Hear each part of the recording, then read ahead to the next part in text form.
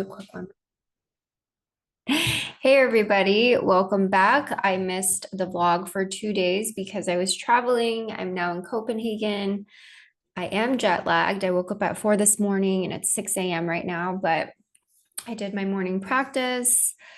I haven't been doing my Kundalini practice. I've been doing a mantra that my teacher gave me, and it just felt really good to. So, usually, what I do when I want to connect back to the Kundalini yoga practice is I listen to Japji. And Japji is a long prayer, and usually, and so during my morning sadhana, when I was doing my training, that is what we would listen to before we actually began the morning practice.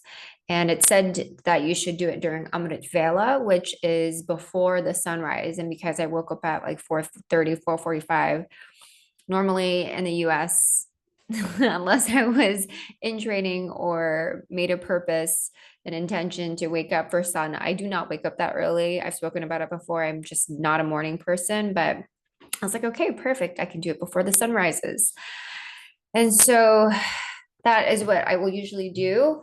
And today I listened to it, and immediately, because I listened to it for so like every single day for 4 months, or even after I did my training. So what are we in? So, oh wow. So for the last 6 months, I've actually been listening to Japji. And I noticed that my soul was just craving to hear it. And immediately when I listen to it, I feel my nervous system start to feel grounded and centered. And I just love, I'm a very devotional person when it comes to my practice. And so when I hear another person's devotion, it just connects me straight to my heart, which is where you can often find source, God, goddess.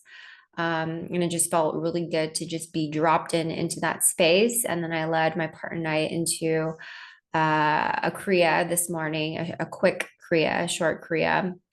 And then here we are. And I thought like, okay, I need to get on here because I haven't been on here the last 2 days. So, but yesterday I got to spend time with my partner and his family. They're all very nice and welcoming. And I also learned that it's very common when you're young to, is it you go to a farm, Ben? Yeah, you go to a farm and they're very in touch with the food system here. And so you actually get to experience how animals are slaughtered. Um, I personally can't handle it. I'm actually, since I began this yoga journey, I know a lot of, yogic lineages, they don't eat meat. Um, but usually just listen to your body. My body actually does, it does need meat. I notice that when I'm on my moon is, um, you know, I don't know, healthier. I don't know how to say it. But I feel a difference in my energy. But I know for me, that's something that I've been grappling with, I would say for the last year, of whether or not I want to be vegetarian or not. And so just listening to their stories, I mean, for myself, I could not go to, I would not be able to witness that. And so that's something that's actually very common. And that made me think yesterday, oh, do I want to eat meat? I don't know. I'm not sure. Anyways, but that's probably the thing that I'll be thinking about, continuing to think about. Do I? And there are sometimes there are moments when I'll go without eating meat and I'll just really be into beans, which are very, very good. Obviously, they have fiber, but then also they help your body cleanse itself. I used to work with a holistic health doctor who's also an acupuncturist and nutrition. Like it was just so amazing. And I just remember feeling really good in my body. So I ate a lot of chickpeas, all different kinds of beans, very easy, very economical, all of that stuff. But I'm excited. We're staying in a different neighborhood. Usually we stay in downtown area where by the pier where it's very, very crowded. But today we get to go swimming in the morning. The sun is coming out, and I actually learned that it's not very common to see the sunrise or the sunset here because it's very north.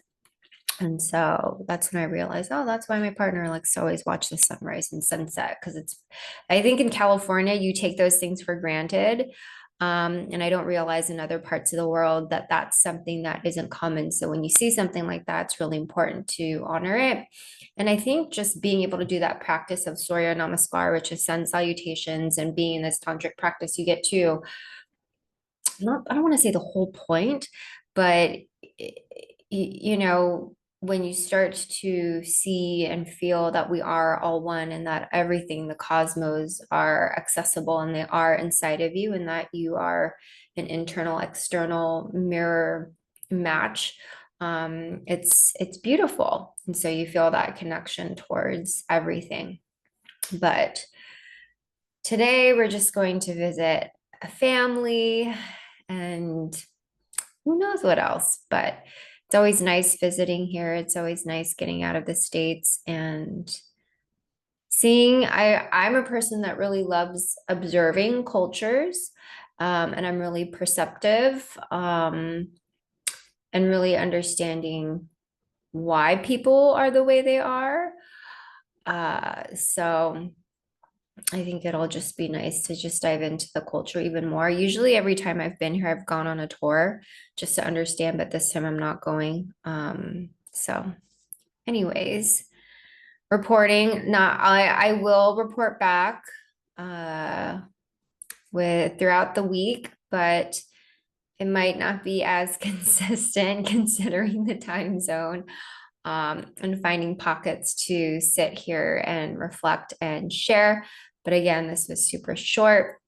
I know for me, when I travel, it's important to have this practice of, it's like being able to bring the home of where you are. And for me, it's learning to center and connect to myself before I connect to the phone or anything like that. And so I know that for me, I'm going to maintain my spiritual practice and do it when I can. But today was really good. Wanted to check in. Thank you for following. Subscribe for more. And I will see you all later. Have a great day.